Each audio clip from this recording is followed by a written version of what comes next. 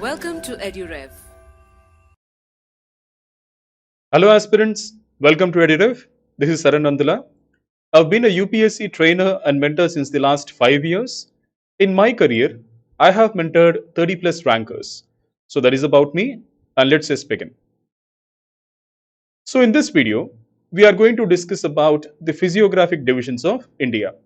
So when I say physiography, it means physical geography.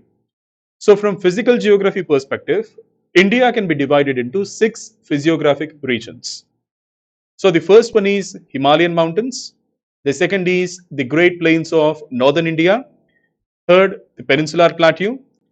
Fourth, the coastal plains. Fifth one is the islands of India. And sixth, the Great Indian Desert or the beautiful Thar Desert. So I'm going to give you brief introduction about each of these divisions in this video. Now let us start with Himalayas. So we know that Himalayas are the highest mountain chain in the world, and Himalayas are also the youngest mountain chain in the world.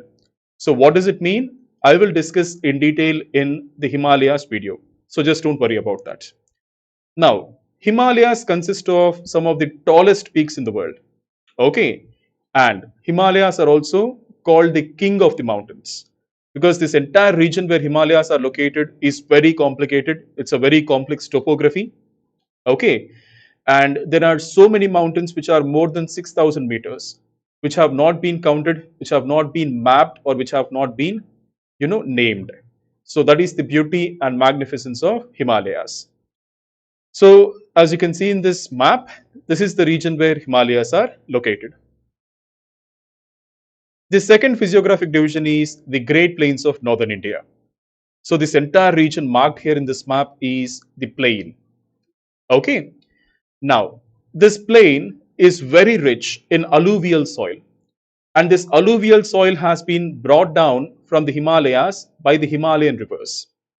So this plain is made up of alluvium, okay, and this alluvium was deposited by the Himalayan rivers.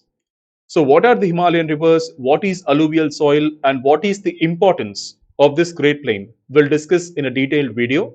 Just don't worry about that.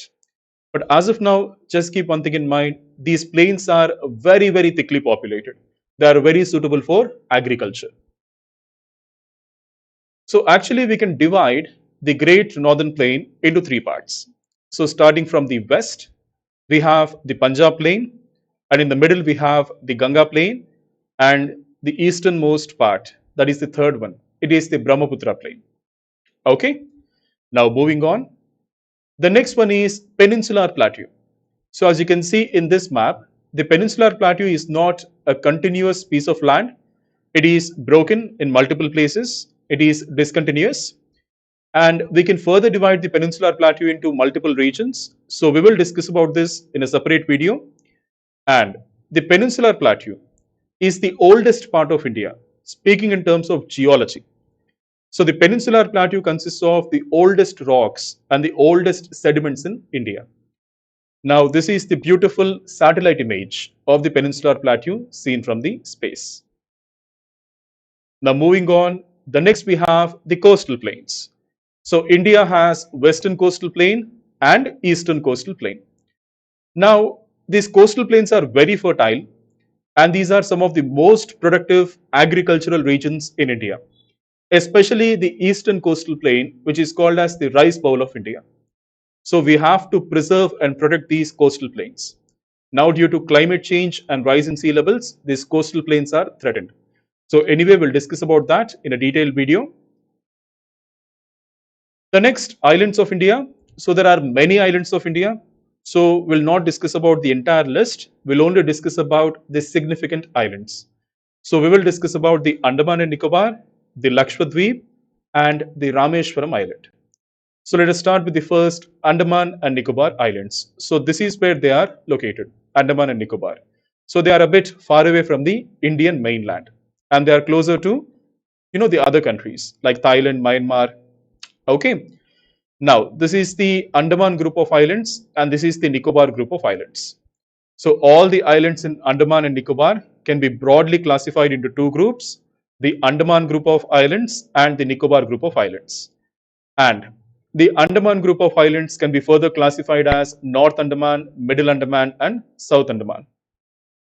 And this is the Nicobar group of islands. Now, we all know that Port Blair is the capital of Andaman and Nicobar, and the Andaman Islands and the Nicobar Islands are separated by the 10-degree channel. So, the waterway here is called the 10-degree channel. Clear? Next, we'll discuss about the Lakshadweep Islands. So, this is where the Lakshadweep Islands are located. So, just look at this detailed map. Now, there is one thing I want to tell you. This map is not for scale. These islands are not so large. These are actually very tiny islands. Okay. But you have to know the names, right? So that is the reason this is like a magnified view. Now, this is the Indian mainland and the state of Kerala. And these are the Lakshadweep Islands. And all these islands are made up of coral reef. They are all coral islands. So what are coral islands? We will discuss in a separate video. So please don't worry about that. Next, we have the Pamban Island or the Rameshwaram Island. So even the Pamban Island has coral origin. So this is where the Pamban Island is located, Pamban or Rameshwaram. Okay. So this is the Indian mainland, Pamban Island, and this part is Sri Lanka. So Pamban Island is located between India and Sri Lanka, and it is a coral island. Okay. Coral island. Now, the Pamban Island is connected to the mainland India with a famous bridge, the Rameshwaram Bridge. Okay, so that is about the Pamban Island. So next we have the beautiful Thar Desert, the Great Indian Desert or the Thar Desert. So this red region is where the Thar Desert is situated. It is mostly present in Rajasthan, but it also extends to Gujarat, Haryana, Punjab and Pakistan. Okay, but mostly it is present in Rajasthan. Okay. Now, Thar Desert acts as a natural border between India and Pakistan in these regions. So that is about the beautiful Thar Desert. Now, we have discussed the physiographic divisions of India. I hope you understood this video and thank you so much for watching.